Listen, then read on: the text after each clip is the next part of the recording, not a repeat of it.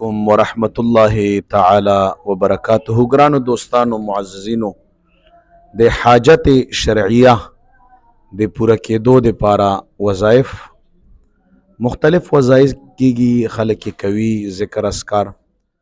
خو یو دوه وظایف نن درته ښایم. یو ماخوستن د وتر پسې 2 رکعاته صلات حاجت مونځ کول، او په داسې طریقه باندې دا مونځ وکئ چې 2 رکعاته صلات حاجت مونځ کم په دې حاضر وخت. ٹھیک شو؟ په اول رکعت کې 11 سوارې کل هو شریف او په دویم رکعت کې 11 سوارې کل هو شریف. دا ډیره ازموده او زبردسته وظیفه ده. او بیا چې کله مونځ ختم کې د خپل شرعي حاجت د غوښتنې دپاره د رب العالمین په دربار کې خپله لاسونه پورته کړه.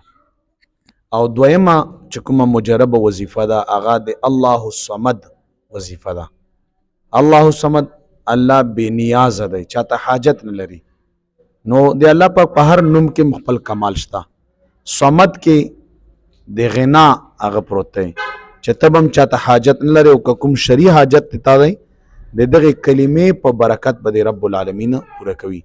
الله الصمد روزانه بنیاد باندې چې ته 314 سوارې وایي. دا 314 ځکه وایي چې دا د پیغمبرانو تعداد دی، د انبیاو، د اصحاب بدر تعداد هم دی، او د اصحاب طالوت صاحب چې کوم ملګري و د هغوی تعداد هم دی. نو دا 313 ډېر برکتي ټکی دی.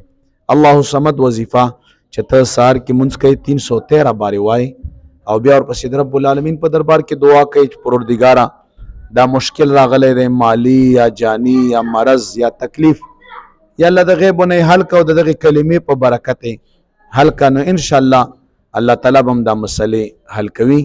الله تعالی مو ډیر خوشاله کا. جزاکم